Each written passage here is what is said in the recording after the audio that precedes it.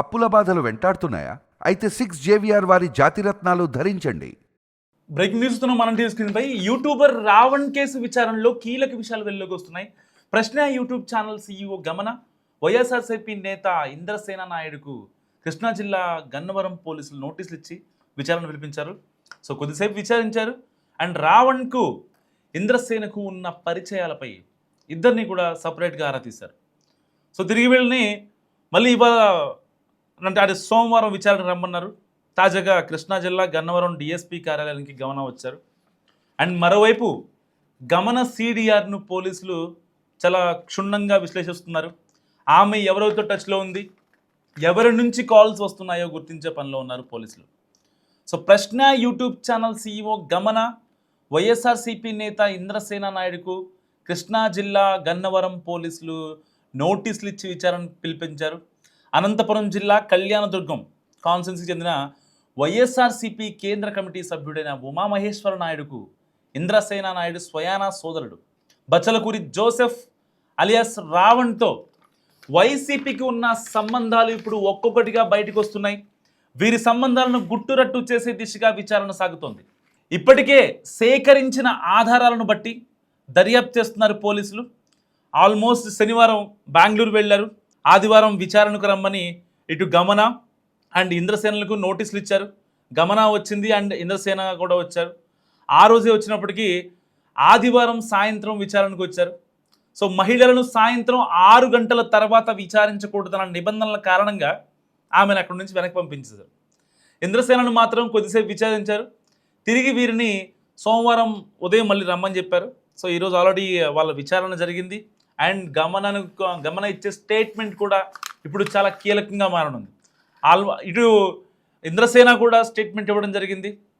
So వాళ్ళు ఇచ్చే statement వీడియోలను కూడా చిత్రీకరించారు. సో ఇప్పటికే రావణ్కు అండ్ ప్రశ్న యూట్యూబ్ ఛానల్తో పాటు మరో 3 ఛానళ్ళు కూడా ఉన్నట్లు పోలీసులు గుర్తించిన నేపథ్యం. ఇవన్నీ హైదరాబాద్లోని వేర్వేరు ప్రాంతాల్లో నడుస్తున్నాయి. వీటిలో ప్రధానమైన ప్రశ్న ఛానల్ మాదాపూర్లోని బాను ఎలైట్ అపార్ట్మెంట్లోని 302 ఫ్లాట్లో నడుస్తోంది. ఇక్కడే పలు వీడియోలను చిత్రీకరించి అప్లోడ్ చేస్తారు. సో ఛానల్ కోసం గమన కూడా రావణ్తో పాటు పలు షోలు, కొన్ని ఇంటర్వ్యూలు, కొన్ని షార్ట్స్ కూడా చేసింది. సో ఈ ఫ్లాట్ వైసీపీ నేత ఇంద్రసేన నాయుడుకు చెందిందిగా పోలీసుల దర్యాప్తులో వెలుగులోకి వచ్చింది. సో దీన్ని మైనింగ్ కార్యకలాపాల కోసం వినియోగిస్తున్నారు వాళ్ళు ఏదైతే ఇంద్రసేన వాళ్ళు ఉన్నారో. సో ఇలాంటి నేపథ్యంలో అసలు దీని వెనుక వైసీపీ హస్తం ఉందా? గత వారం ఇదే ఫ్లాట్లో గన్నవరం పోలీసులు సోదాలు చేశారు. రావణ్ సతీమణి సమక్షంలో తనిఖీలు చేసి పలు డిజిటల్ పరికరాలను, ఇంకా కొన్ని హార్డ్ డిస్క్లను అండ్ కొన్ని పెన్ డ్రైవ్ని, వాళ్ళు కొన్ని చిప్స్ని కూడా పోలీసులు తీసుకెళ్ళడం జరిగింది ఫారెన్సిక్ ల్యాబ్కి. సో అదే సమయంలో ఇంద్రసేన నాయుడిని గన్నవరం పోలీసులు ఆ రోజు ఆదివారం రాత్రి కొద్దిసేపు విచారించారు. అండ్ మీ కార్యాలయాన్ని రావణ్ గమనకు ఎందుకు లీజుకి ఇచ్చారా, లేదంటే అద్దెకిచ్చారా, మీరే వాళ్ళని టార్గెట్ చేసుకొని వాళ్ళ దగ్గర నుంచి అంటే ఆ కంటెంట్ కోసం ఈ ఫ్రీబీస్ ఇస్తున్నారా అంటూ కూడా ప్రశ్నించారు. అండ్ దీని వెనకాల అయితే వీళ్ళని ఇక్కడ ప్రశ్న సీఈఓగా గమనని అపాయింట్ చేయడం అండ్ దాంట్లో వీడియోలు చేయడం కోసం రావణ్ని చూడటం, వీటన్నిటి వెనక ఉంది ఎవరు? వైఎస్ఆర్సీపీ హస్తం ఉందా? ఛానల్ నిర్వహణలో గమన పాత్ర ఏంటి అసలు? అండ్ స్క్రిప్ట్ ఎవరు సిద్ధం చేస్తారు? అసలు పార్టీలో ఎవరి ఆదేశాల మేరకు ఛానల్ ఇచ్చారు? అండ్ మీకు రావణ్కు గమనకు ఉన్న సంబంధం ఏంటి? లాంటి ప్రశ్నలను ఆయన అడిగారు ఇంద్రసేన నాయుడిని. సో చాలా ప్రశ్నలకు సమాధానాలు చెప్పలేదని అండ్ కొన్నింటికి దొంగ తిరుగుడు జవాబులు కూడా చెప్పినట్టు సమాచారం. సో ఇక YouTuber Bachalakuri Joseph alias Ravan అకృత్యాలు ఇప్పుడు ఒక్కొక్కటిగా వెలుగులోకి వస్తున్నాయి. పోలీసులు అతని ఫోన్ డేటాలో కీలక ఆధారాలను గుర్తించారు. ఇటు పోలీసు విచారణలో అతని ఫోన్ చెక్ చేస్తున్నప్పుడు ఫారెన్సిక్ ల్యాబ్ నివేదికతో కొన్ని షాకింగ్ విషయాలు బయటపడ్డాయి. రావణ్ అమాయక యువతులను లైంగికంగా వేధించినట్లు, అశ్లీల వీడియోలతో బ్లాక్మెయిల్ చేసినట్లు కూడా తెలుస్తోంది. సో డేటా ఆధారంగా సుమారు 10 మంది బాధితులను గుర్తించారు పోలీసులు. ప్రస్తుతం ఈ కోణంలోనూ అంటే ప్యారల్గా ఈ యొక్క ఎంక్వైరీ కొనసాగుతోంది. నిందితుడు ఏదైతే బచ్చలకూరి జోసెఫ్ ఫోన్ డేటాపై కాకినాడ జిల్లా పోలీసులు లోతైన విచారణ చేపడుతున్నారు. సో ఇలాంటి నేపథ్యంలో ఇటు కొత్తగా వైసీపీ నేత, అంటే కొత్తగా మీన్స్ అంటే ఇప్పటిదాకా ఆఫ్ ద రికార్డులో వీళ్ళకి ఫండింగ్ కేవలం వైసీపీ దగ్గర నుంచే ఫండింగ్ వస్తుంది. ఒక కీలక నేత, ఒక నటుడు, ఒక యాంకర్, ఒక అమ్మాయి, ఎవరు ఏంటి అనే దాంట్లో కొన్ని క్లూస్ కనుక మనం కనెక్ట్ చేసుకుంటే స్టార్టింగ్ నుంచి కొంతమంది జర్నలిస్టుల పేరు చెప్పారు. సరే అవి తర్వాత వచ్చే అవకాశం ఉంది. సో వీళ్ళకి సంబంధించి నటుడు అన్నారు.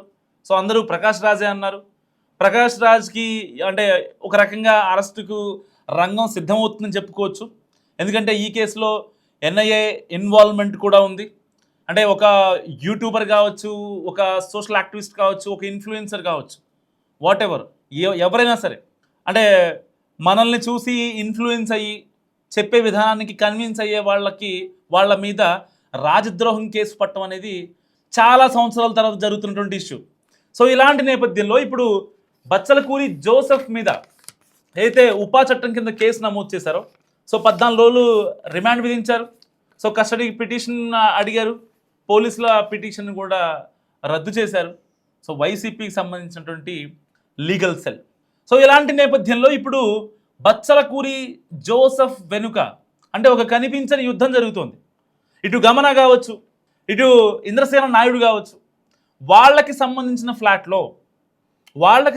ఫ్లాట్లో వీళ్ళు ఎందుకు ఉంటున్నారు పర్టికులర్గా అంటే వీళ్ళే ఇవాళ వేరే మతం మీద, వేరే వ్యక్తుల మీద వ్యక్తిత్వ హననానికి పాల్పడి మతాల గురించి, కులాలని, వీటన్నిటిని అంటే మనుషుల్ని రెచ్చగొట్టడం, ఇలాంటి కార్యక్రమాలు ఎందుకు చేస్తున్నారు అండ్ దానికి సంబంధించి అసలు మీరు వాళ్ళకి అక్కడ రెంట్కి ఎందుకు ఇచ్చారు, మీరు డబ్బులు ఏమైనా తీసుకుంటున్నారా లేదా మీరే ఉల్టా ఇస్తున్నారా వాళ్ళకి?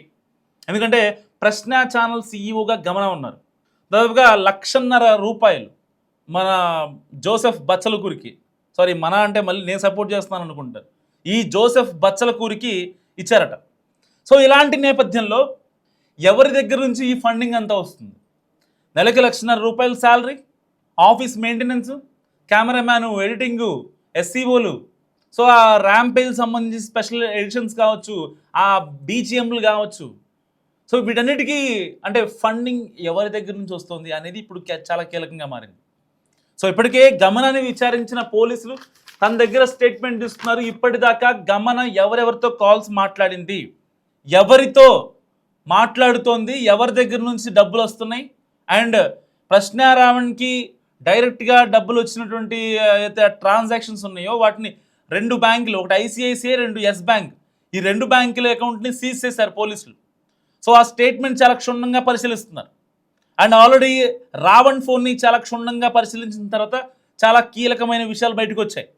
ఇలాంటి నేపథ్యంలో ఇప్పుడు ఆల్మోస్ట్ గమన ఒక 2-3 డేస్ నుంచి అయితే మొన్న ప్రశ్నారావణ్ వాళ్ళ మిసెస్ అనూష ఆవిడ ఆధ్వర్యంలో భాను ఎలైట్ 302 ఫ్లోర్లో ప్రశ్న ఆఫీస్ ఉన్నటువంటి ఆ అపార్ట్మెంట్లో వాళ్ళ ఆవిడ సమక్షంలోనే అక్కడ చాలా పెద్ద ఎత్తున సోదాలు జరిగాయి. దానికి సంబంధించి కొన్ని చిప్లు కావచ్చు, హార్డ్ డిస్క్లు అన్నీ స్వాధీనం చేసుకొని వెళ్ళిపోయారు గన్నవరం పోలీసులు. అండ్ దాని తర్వాత ఆవిడని అరెస్ట్ చేశారు, కిడ్నాప్ చేశారు, మఫ్టీలో వచ్చారు అని చెప్పి ఎవరికి నచ్చినట్టు వాళ్ళు మాట్లాడుకున్నారు. వాస్తవానికి ఇప్పుడు సేమ్ సిచ్యువేషన్. అప్పుడు ఆ రోజున అనూష, అంతకుముందు ప్రశ్నారావణ్, ఆ తర్వాత అనూష, ఇప్పుడు ఈ యొక్క ప్రశ్న సీఈఓ గమనని వేధిస్తున్నట్టు అంశం. అంటే ఎవరో వేధించట్లేదు ఆవిడకి ఎవరైతే సపోర్ట్ చేస్తున్నారో వాళ్ళే ఇబ్బంది పెడుతున్నారు. అంటే ఆవిడ అంటే ఒక నార్మల్ ఎంక్వైరీకి వెళ్ళింది. ప్రశ్న అనే ఛానల్లో ఒక సీఈఓగా ఉన్నటువంటి వ్యక్తి గమన. సో ఆవిడ కింద ఎవరైతే ఉంటారో ఈ యొక్క ప్రశ్న Ravan Joseph Bachchalakuri alias, so అతను ఆల్రెడీ ఉపా చట్టం కింద అరెస్ట్ అయ్యాడు. ఏదో నార్మల్ కేసులో, చిన్న పెట్టి కేసులోనో లేకపోతే దొమ్మి కేసులోనో అరెస్ట్ చేస్తే అంత పెద్ద ఎత్తున సీఈఓలు వెళ్ళి సంజాయిషీలు చెప్పాల్సిన అవసరం, సీఈఓలు వెళ్ళి స్టేట్మెంట్ ఇవ్వాల్సిన అవసరం ఉండదు. అంతే కదా. ఇప్పుడు ఒక చిన్న కేసులో సస్పెక్ట్ అయితే పెద్ద స్థాయి వ్యక్తుల వరకు వెళ్ళదు కదా, అక్కడతో అయిపోతుంది. కానీ ఇక్కడ ఇరుక్కున్నటువంటి కేసు అయితే ఉందో అది ఉపా చట్టం, దేశద్రోహం.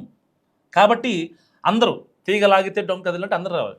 ఎవరెవరు సపోర్ట్ చేశారు, దేనికోసం చేస్తున్నారు, వాళ్ళు ఏం సాధించారు, వాళ్ళు ఏం సంపాదించారు, వాళ్ళు వెనకేసుకున్నది ఏంటి అనేవి చాలా కీలకంగా మారబోతున్నాయి ఈ కేసులో. ఇప్పుడు గమన ఇచ్చే స్టేట్మెంట్ ప్రకారం అయితే మేము ఇన్నాళ్ళ నుంచి వర్క్ చేస్తున్నాం, మాకు వచ్చే డబ్బులు ఇక్కడ నుంచి సోర్స్ ఆఫ్ ఇన్కమ్ ఇది అని గనక చూపించగలిగితే ఆవిడ అరెస్టు ఉండదు, అంటే of the record information.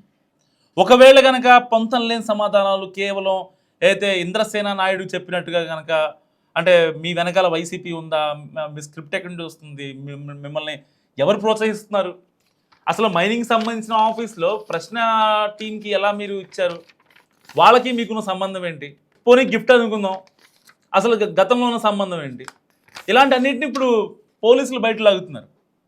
So ఇలాంటి నేపథ్యంలో ఒకవేళ ప్రశ్న సీఈఓ గమన గనక పొంతం లేని సమాధానాలు చెప్తే అరెస్ట్ అయ్యే అవకాశం కూడా లేకపోలేదు.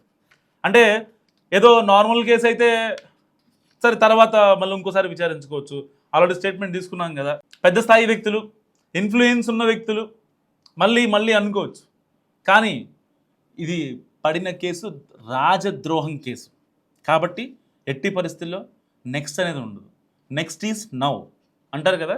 సో ఇలాంటి నేపథ్యంలో మరి ప్రశ్న రావణ్ అండ్ ప్రశ్న గమన, ఇటు వీళ్ళకి అపార్ట్మెంట్ అద్దెకిచ్చినటువంటి Indrasena Naidu and so called నటులు, సో కాల్డ్ ఎవరైతే వీళ్ళకి సపోర్టర్స్ ఎవరైతే ఉన్నారో, మరి వీళ్ళు చేస్తున్నది ఏంటి తెర వెనుక? ఎందుకంటే ఈ మాట ఎందుకు అనాలి వచ్చిందంటే, హెబియస్ కార్పస్ రిట్ పిటిషన్ దాఖలు చేశారు హైకోర్టులో, ఏపీ హైకోర్టులో. దేనికోసం? రావణ్ని అన్యాయంగా అరెస్ట్ చేశారు, మాకు ఉండాల్సిన విలువలు మాకు ఉండవా అని చెప్పి ఏదో పెట్టి ఒక రిట్ దాఖలు చేశారు. కానీ ఆ రిట్ని కూడా హైకోర్టు కొట్టేసింది. సో మీరేమనుకుంటున్నారు ఈ ఎంటైర్ ఎపిసోడ్ గురించి? మస్తు కామెంట్ చేయండి.